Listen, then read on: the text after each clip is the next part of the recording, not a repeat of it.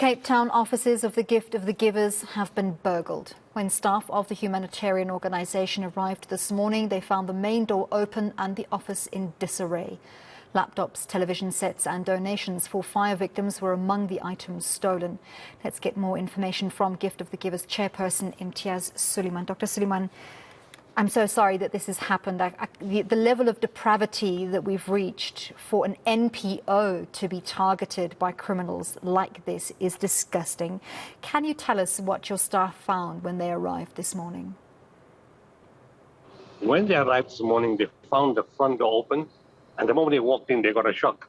They saw all the items that were collected for the fire lying all over the office. The TV was missing, some PCs were missing. The laptops were missing, and some of the stuff that we used during COVID, the coveralls and other items were missing. And in the area, the kettle was gone, the microwave was gone, and few awards that we received, some gifts that we received, were all missing. But fortunately, in this kind of tragedy, the goodness of South Africans comes about. We made an announcement. And SAPS was there within minutes, the flying squad. We have a very good relationship with SAPS. All the neighbors came from nearby, and from the community areas, people started sending us messages. And within a few hours, 11 suspects were arrested, and quite a bit of the items were found again. And this was fantastic. It shows what you can do when community supports you. The community themselves found the people, and the SAPS arrested them. So it's excellent, fantastic. The neighbors next door, their cameras picked up.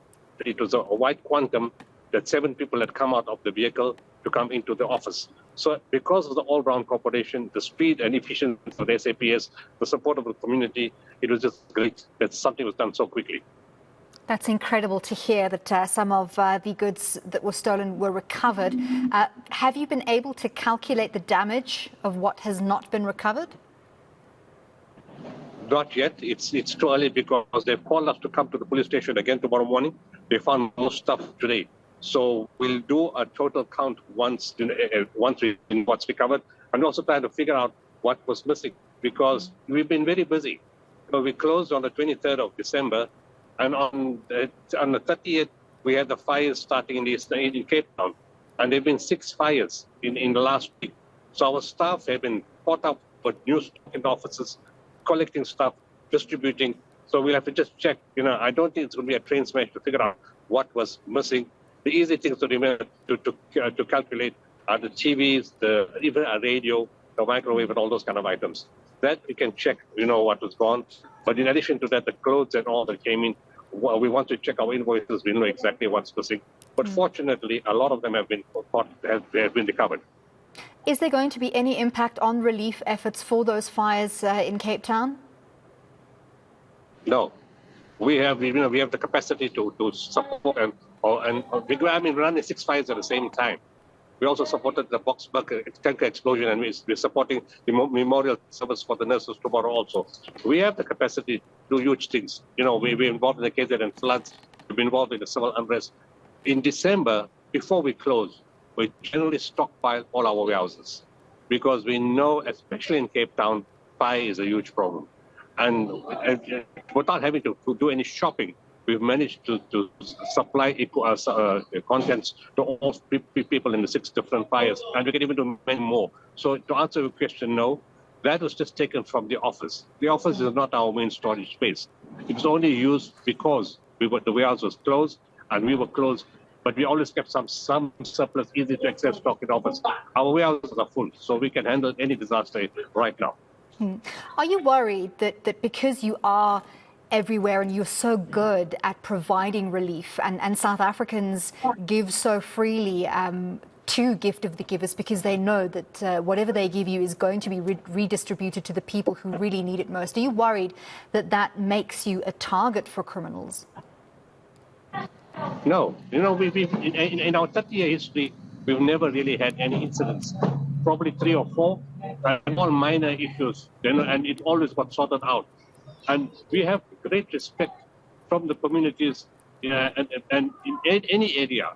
In fact, quite often when journalists want to cover a story and they feel afraid to walk into an informal settlement or a rural area or an area with lots of history of violence, they call us, and they work with us, and nobody interferes. Quite often, we lead the way even before the SAPS. So we have the relationship and the respect of people all over the country. You get some kind of bad element that, take a chance. And the thing is, the office they went into really does not carry much stuff normally. It was just there because we were busy with floods itself, but we don't really store something. And also we have good security systems. But unfortunately, with the load shedding, like everywhere else in the country, the alarm systems, the battery dies, it doesn't work at certain times. And, it's just our inverters have not been installed yet because we started doing that in all the different offices and the warehouses.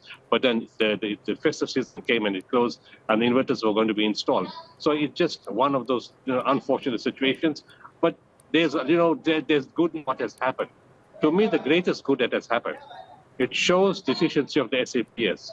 And when communities work hand in hand with you, and they're prepared to surrender people that are from their own community, we can fight crime in a big way, in a very fast way in this country.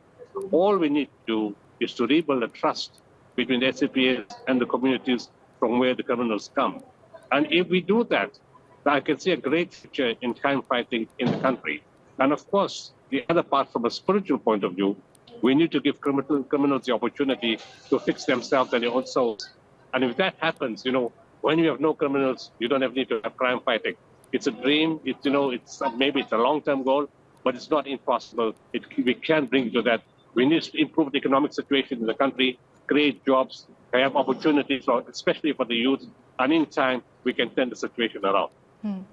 Do you have a message for the community members who assisted you in apprehending the guilty parties, or perhaps for those bad elements themselves, just to sort of, help them understand the gravitas of stealing from an organization that aims to give so much to communities? My message has always been the same. It's that same community from Hanover Park, where one of our volunteers was shot 4 years ago. Amiruddin. And, again, this community support, within 48 hours, those who were involved were apprehended. And about a month ago, they were given a 25-year sentence, virtually equal to life. And again, the community played a great role. So my message to community is very, very clear. We are extremely thankful to you for what you've done in this instance and many other instances. And you know who the criminals are in your area. It could be your son, your brother, your father, your uncle.